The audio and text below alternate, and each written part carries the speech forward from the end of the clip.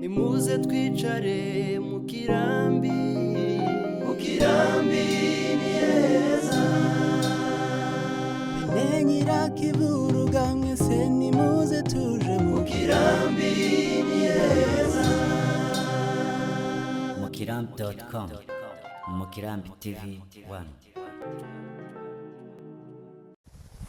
Ndabasuhuje kandi mbifurije igitondo cyiza cy'umunsi wa kane tariki 21 mu kwezi kwa gatanu mwaka w'ibihumbi 2026. Ikaze kubana na Mukirambi TV 1, umunyamakuru ni Faustin Byiringiro ngiye kubagezaho amakuru ku karere ka Minembwe kabyutse. Reka mpere mu gicamunsi cyo kuweje kuwa gatatu tariki 20 aho igisirikare cya Kongo n'icy'u Burundi n'imitwe yitwaje intwaro bakomeje kugaba ibitero by'indege zitagira abapilote ku mihana y'abaturage batuye mu karere k'imisozi miremire ya Minembwe.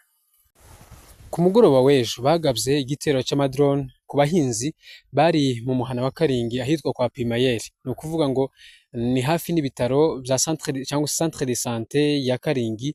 Uvuye mu mihana ya za Gitavi mu Nyenganji ku Munini ni hafi y'aho ngaho. Bagabye igitero ku bahinzi bari mu mirima mu masaha ya kumanywa guhera saha zirindwi kugeza mu masaha 8 ndetse n'umugoroba wose drone yakomeje kurasa muri biya bice bya Karingi ndetse na Bidego. Bigenda gute? Umuturage twaganira utashatse kuvuga kuri microphone cyangwa se wezi kigana itangazamakuru yambwiye kuko bari mu mirima bari kubahinga, noneho bageze aho ngaho haza drone ya reconnaissance cyangwa se drone ifata amashusho maze ikaza kuyaheza drone iri buze kurasa abaturage bari mu mirima. Mwanya haza kurasa iyo ngiyo ntoya yiri bita drone kamikaze yarashe. Nyuma yaho ngaho haje kuza iyindi nini itari CH4, iyindi irasa amakompara cyangwa se amabomba 6 icyarimwe. None no kuvuga ngo ibomba rya mbere rya kabiri rya gatatu rya kane rya gatanu rya gatandatu bari ko barasa abaturage bari mu mirima aho ngaho.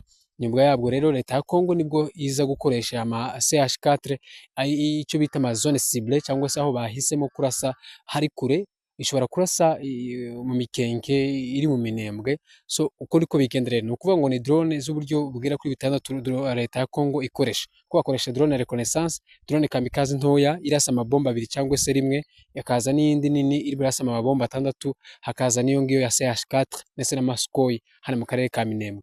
Ibi nibyo biri ku buzima bw'abaturage b'akarere ka Minembwe, nibyo bahora umunsi ku wundi ndetse no mu majoro, kuko nta munsi n'umwe ushobora gutambuka leta ya Kongo itarashe amaetetu ari zirambunda, kuko zirambunda aho yituye fragment yayo ku bomba ribastings rishobora kugenda ni metro nyinshi zigafata umuturage aho ngaho, kandi aba ari fragment nini cyane ishobora kwangiriza ubuzima bw'umuturage mu gihe cyari cyo cyose yamugezeho. Itamuciye ukuboko ishobora kumuca ukuguru, itamuciye ukuguru ishobora kumuca n'umutwe, kubera ko ari fragment aba ari nini cyane. Uko ni kwemeza. Ariko hagati y'aho ngaho Imana ikomeje kugenda irinda abaturage ndetse natwigwaneho umunsi ku wundi abaturage batuye mu karere k'imisozi miremire ya Minembwe.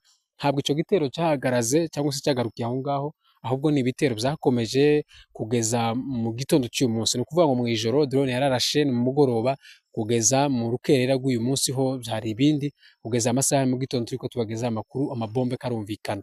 Ni ukuvuga yuko leta ya Kongo mu buryo gukomeza kwica abaturage b'akarere ka Minembwe ikoresha ayo ma drone kamikaze barasa abaturage bagiye kuzana ibyo kurya n'abari mu mirima hafi y'amazone ari occupé cyangwa se ari yafashwe n'igisirikare cya Kongo hakurya y'uruzi rwa Bwiko, ndavuga za Bidego, za Mutuna kuko twagiye tubabwira, za Karongi, za Gakenke. Hagati y'aho ngaho kandi bagakoresha ama CH4 mu gukora zone cible, kuko murabizi ko ubushize twabagejeho ku munsi wo kuwa gatanu tariki 17 ko barashe ubutayu mu musozi wa Gitavi, ubutayu buzwi cyane mu karere ka Minembwe kandi bwakira abantu benshi baje gusenga Imana. Noneho akaba ari ko babigenza. Ni ukuvuga yuko nta munsi n'umwe utambuka abaturage b'akarere ka Minembwe batari ko bicwa n'igisirikare cya Kongo bakoresheje ziriya za drone ndetse na ziriya mbunde za etetu na za 12. Imbunda zirasa kure iyo barangije umuntu, iyo barangije imbwa, iyo barangije inka, iyo barangije ikintu icyo cyose gihumeka kigenda n'amaguru bahita barasa ubwo ngubwo. Ni ukuvuga yuko ntabwo ari intambara yigeze ihagarara mu karere ka Minembwe, ahubwo ni uruhererekane rw'ubwicanyi bukomeje gukorwa n'igisirikare cya Kongo n'imitwe yitwaje intwaro. Ubwo ntabwo ndi gushyiramo ko abaturage iyo bakeneye nko kuja gushaka ibyo kurya ku ndondo bategwa bakicwa bagafatwa amateka n'igisirikare cya Kongo iyo kitangira amambiscade cyangwa se gitega imitego abacuruzi bagiye gushaka ibyabo. Ibi kandi ibi bitero bije bitangira muri iki cyumweru cyangwa se muri iri yinga mu gihe inka zirenga 20 zishwe na drone ahitwa i Mubanda, ni hafi n'aho bita mu Duhoko, aho zari mu biraro maze ziraswa na drone y'igisirikare cya Kongo. Zinshi muri zo zirakomereka ariko izirenga 20 zirapfa. Ni ukugezayo amasaha. Ibi navyo biteye impungenge ku bungeri badafite uguri, badafite uburyo bwo kurwanya indwara y'uburenge bw'inka iri hano mu karere ka Minembwe, batanafite n'uburyo bwo kubona uburyo bikingiye drone kugira ngo byibuze n'inka imwe bari basigaranye ishobora gukamira umwana ntagware bwake kuko inzira zose zafunzwe nayo igapfa. Uko niko bimeze. Leta ya Kongo yakoresheje inzira izo arizo zose kugira ngo yice abaturage b'akarere k'imisozi miremire ya Minembwe.